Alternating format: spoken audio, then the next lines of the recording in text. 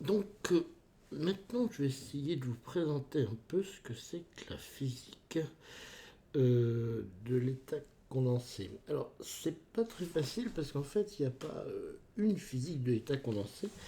Il y a plein de physique de l'état condensé. Parce que la physique qu'on fait, c'est un peu, vous savez, comme dans Alice au Pays des Merveilles. Hein, Alice, elle suit le lapin. Ben, c'est un peu pareil. Là, chaque physicien qui fait de la matière condensée, ben, un jour, il a suivi le lapin.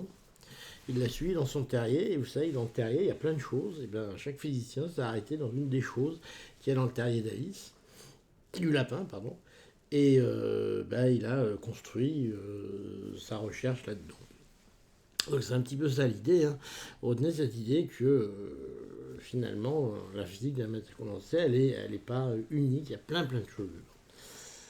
Donc on va reprendre cette image du lapin. Alors je vous rappelle comment ça marche ce truc-là dans l'histoire de Lewis Carroll, qui est un truc mondialement connu. Vous avez ici un tronc d'arbre, et puis vous avez la sœur d'Alice qui est en train de dormir là. Et là elle est en train de dormir. Puis il y a Alice qui s'ennuie ici. Et puis il y a un lapin qui passe. Hein. Donc mon lapin très artistique là. Il a une montre à gousset. Il court, il court, il court, il court. Et là il y a son terrier. Et là il plonge dans le terrier. Et alors Alice, qui est audacieuse, comme tous les chercheurs, elle suit le lapin. Et puis Alice, en fait, elle a un copain qui s'appelle un électron. Bon, alors c'est rare, hein, vous me direz, tout le monde n'a pas comme copain un électron. Enfin, Alice, il se trouve que dans son monde, elle a un copain qui s'appelle un électron. Alors, je sais pas comment représenter les électrons, on va représenter un électron, on va dire que c'est une petite boule. Je sais pas pourquoi les électrons, ils sont toujours ronds. Vous me direz, la plus grande chance, c'est qu'ils soient ronds. C'est le truc le symétrique, s'il devait être quelque chose, ça serait rond.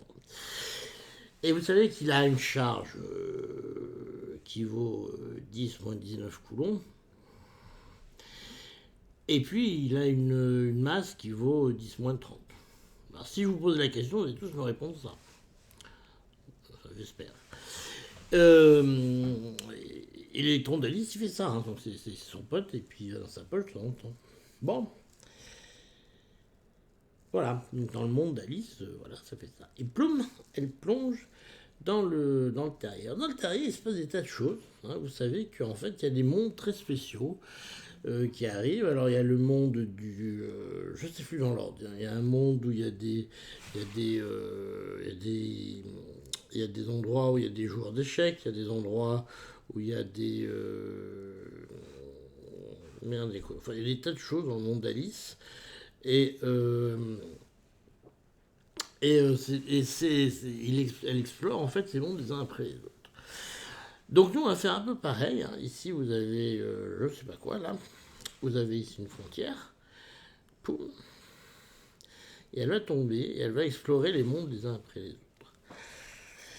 Alors je vais d'abord vous parler des mondes qu'on connaît bien, parce que quand même ça fait longtemps que les gens explorent les mondes d'Alice au Pays des Merveilles. Alors on va commencer par vous parler du monde le plus simple que vous connaissez. Donc, il y a un monde qui est très simple. Donc là, voilà. Elle rentre dans ce monde-là. Il y a une porte. Alors, les métaux, c'est un cas assez trivial, donc on ne va pas en parler. Ici, c'est marqué semi-conducteur. Ça, c'est un monde qui est connu quand même depuis assez longtemps. Je dirais depuis les années 50, donc vous le connaissez bien. Mais alors, quand elle regarde dans ce monde-là, hop, Alice, elle est là. Puis elle regarde ce qui se passe dans ce monde-là. Puis il y a son copain électron aussi qui va jeter un coup d'œil là-dedans. Ouais. Et alors là, ils sont absolument tout étonnés, parce que dans ce monde, il se passe des choses terribles pour son copain électron. Ben oui, parce que son copain électron, il va lui arriver des choses terribles, c'est que tout d'un coup, il peut grossir ou maigrir. Ça veut dire que dans certains cas, sa masse, c'est pas vraiment sa masse, hein, c'est une sorte de masse, elle peut valoir de 7% de sa masse à lui, jusqu'à ce qu'on appelle les fermions lourds, elle va, je sais pas quoi, quelques centaines de sa masse. L'électron est tout perturbé, parce que vous vous rendez compte, il se met tout d'un coup à avoir à grossir ou à maigrir. Et puis sa vitesse, elle se met à faire n'importe quoi. Des fois, elle devient nulle, des fois, elle devient très très grande. Alors, il est dans un monde, le pauvre électron, où tout d'un coup, rien ne se passe comme il connaissait. Et en ça, c'est très particulier, parce que dans le monde qu'il y a là, tout se passe bien. C'est le monde de l'extérieur, tout se passe bien. Par contre, vous le mettez là-dedans, dans ces semi-conducteurs, tout va devenir différent. Et c'est dû au fait qu'il est dans ce monde-là, dans le monde des semi-conducteurs. Dans le monde de départ, ce que je veux dire, c'est que si vous prenez un électron, parce que des fois, cet électron-là, il va se dire, ah c'est dégueulasse, je vais prendre un électron, puis je vais l'amener avec moi. Si vous le sortez de la boîte là, pouf, il redevient un électron normal, hein, avec sa masse normale, et puis sa charge normale, et tout va bien pour lui. Par contre, quand il est là-dedans, ça marche plus. Ouais, c'est vraiment un monde parallèle en fait. Hein, c'est un peu de l'autre côté du miroir, comme dans Alice. Dans ce monde-là, ça se passe pas pareil. Puis là, il peut continuer un peu. Puis là, il y a une autre boîte là, un autre monde. Ça s'appelle les fioles quantiques fractionnaires. Alors bon, on s'en fout du nom. Hein. Les noms, c'est juste pour faire bien. Et là, dans cette boîte-là, il y a du champ magnétique. Bon. Alors, on les a obligés à vivre avec du champ magnétique dans cette boîte-là. Si on rentre, on se prend le champ magnétique, on n'a pas le choix. C'est comme il y a des régions où il fait froid, il y a des régions où il y a du vent, mais il y a des régions où il y a du champ magnétique. C'est un pays où il y a du champ magnétique.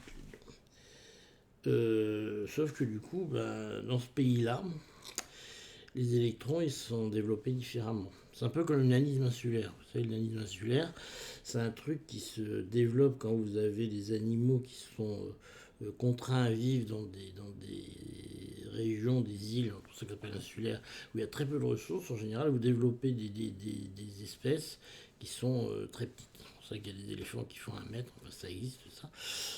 Là, c'est pas une nanisme insulaire, mais voilà, vous avez un champ magnétique très fort, vous développez des choses très particulières. Et bien là, les électrons, il leur arrive des choses très bizarres. Tout d'un coup, ils se retrouvent. Alors, la masse, c'est pas forcément ce qui nous existe, mais leur charge devient tout d'un coup coupée en morceaux. Elle devient un tiers, c'est-à-dire que sa charge, elle devient E sur 3. Donc, ça, c'est ce que votre serviteur a montré quand il était jeune. Alors, pourquoi? Parce qu'en fait, le champ magnétique va lui cacher un bout de sa charge. Voilà. Le champ magnétique, il va lui cacher, mettre une sorte de voile sur sa charge. Il n'y a plus que des charges sur 3. Mais non, si vous mettez un coup de pied, que vous le sortez de ce monde-là, vous le remettez dans le monde normal, ça va être E. Hein. Et c'est dû au fait qu'il est dans ce monde-là. La charge va être E sur 3. D'accord? Ça, c'est un deuxième monde. Il y en a plein des mondes, hein. C'est pour ça que je vous fais juste quelques exemples. Vous avez le monde de la supra. Ça, c'est un autre monde. Dans le monde de la supra, vous avez ça par contre, les électrons, ils aiment bien le monde de la supra, c'est un monde vachement social. Les électrons, ils vont par deux. Et là, vous avez un truc marrant, c'est que la résistance vaut 0 dans ce truc-là. Si vous mesurez la résistance de votre truc, elle vaut 0. Donc on sait que les électrons vont par deux. Mais par contre, dès que vous les sortez de là, ils deviennent beaucoup moins sociaux, ils se séparent. Hein. Quand ils vont par deux que là-dedans. Et ça, c'est vraiment une propriété du fait que vous êtes dedans. C'est pour ça que, comme je dis, que c'est une propriété du fait du métal dans lequel vous êtes, du système dans lequel vous êtes, c'est que dès que vous le remettez dehors, c'est fini. D'accord? C'est parce que vous avez créé un monde particulier. C'est comme, je sais pas, je vous dis, c'est un peu comme l'évolution. Il y a des endroits où vous développez des espèces spéciales. Je sais pas, une nanisme insulaire, parce qu'à cet endroit-là, il se passe des choses. Il y a un climat, un environnement qui va faire que ça marche ou que ça marche pas. Ça va être très clair. Par exemple, le supra. OTC, on sait que ça se développe à tels endroits. Malheureusement, le supra OTC, on ne sait pas pourquoi. On sait qu'il faut des conditions, il faut que ça soit assez humide, qu'il y ait la sécheresse, je ne sais pas quoi. Mais on ne sait pas pourquoi. Et puis là, vous avez plein de boîtes, là. Alors, je vous les mets là, vos boîtes. Plein de boîtes. Il y en a plein de boîtes. Donc, quand on jette un coup d'œil, en fait, on ne sait pas ce qu'il y a dedans. C'est ça qui est intéressant, c'est qu'il y a plein de boîtes où... Alors c'est marrant parce que les théoriciens, ils vous présentent plein, ils vous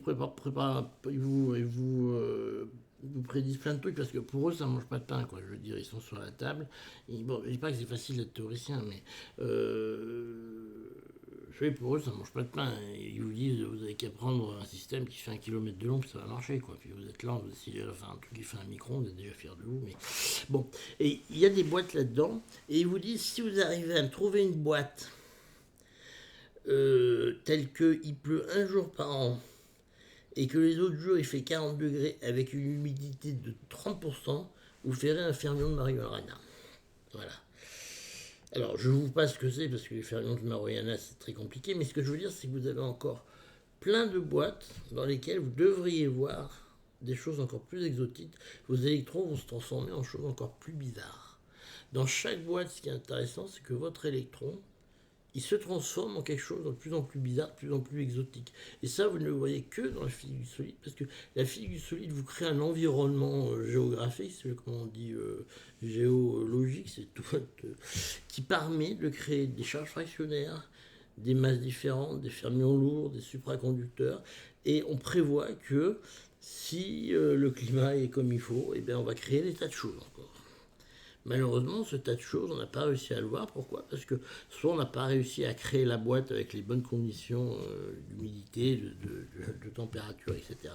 Soit on a réussi à créer la boîte, mais on est encore dans la jungle d'essayer de le voir, le truc. D'accord? On a créé la jungle qui va bien avec les bons arbres, mais on est en train d'essayer de naviguer là-dedans pour essayer de voir le Majorana. On ne sait pas, pour l'instant, il se cache. Hein. Donc il y a des gens qui prétendent l'avoir vu, et puis des gens qui disent ben non, ce que tu as vu, c'est simplement un léopard qui s'est promené. Voilà. Il y en a qui disent j'ai vu le Majorana, et d'autres qui disent ben, vous avez vu les traces de pas du léopard qui rentre chez lui. Bon.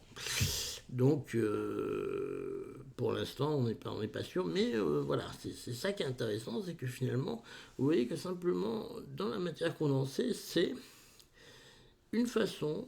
Notre solide, c'est simplement une façon, les différents solides sont différentes façons de créer des différents environnements dans lesquels les électrons vont être mis sous des contraintes différentes et ça va les transformer, ça va à chaque fois créer quelque chose de magique. Voilà. Alors la fin d'Alice au pays des merveilles, c'est que ça se la réveille et que tout ça disparaît.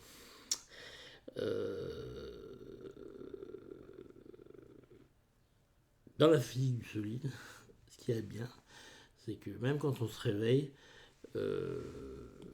tout ça, ça reste vrai.